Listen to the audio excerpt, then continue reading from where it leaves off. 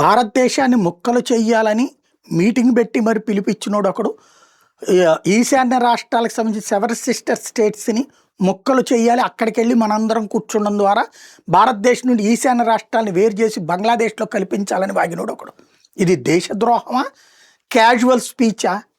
ఇలాంటి స్పీచ్లు ఇచ్చినటువంటి, ఇలాంటి స్కెచ్ వేసినటువంటి ఇద్దరు జైల్లో ఉంటే వాళ్ళ తరపున వాదించి చివరికి సుప్రీంకోర్టు కూడా బెయిల్ ఇవ్వకపోతే తాజాగా ఆ లాయర్ గారు వాదించేటటువంటి, అంటే కోర్టులో విఫలమైనటువంటి ఎవరైతే దుష్యంత్ దవే లాంటి వాడు ఇప్పుడు కరణ్ దాపర్ షోలో మాట్లాడతాడు, ముస్లింలకు బెయిల్ ఇవ్వడానికి కోర్టులు భయపడుతున్నాయని. ఇలాంటి తప్పుడు ప్రచారం ద్వారానే ముస్లింలను రెచ్చగొడుతున్నారు, ముస్లిం యువతను రెచ్చగొడుతున్నారు.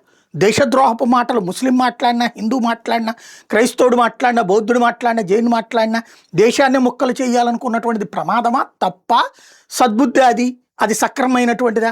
లేదా ముస్లిం కాబట్టి దేశాన్ని మొక్కలు చేస్తాంలో తప్పు లేదని వాదించాలా?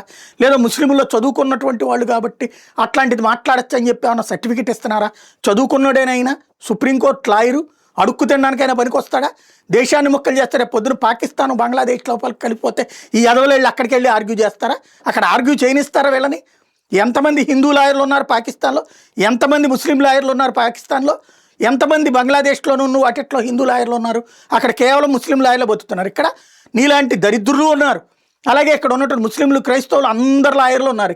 ఇక్కడ మత ప్రాతిపదికన ఎవరిని కూడా ఆర్గ్యుమెంట్స్ని ఆపట్లేదే భారతదేశంలో. మత ప్రాతిపదిక నువ్వు ముస్లిం కాబట్టి నువ్వు ఎన్నికల్లో పోటీ చేయొద్దంటలేదే. అలాగే ఇంకా పైగా బీసీల కోటాలోకి తీసుకొచ్చి వాళ్ళకి సీట్లు కూడా ఇస్తున్నారే. ఎందుకు ఇక్కడ ముస్లిం యువతను రెచ్చగొడుతున్నారు, ముస్లింలు తప్పుదావ పట్టిస్తున్నారు?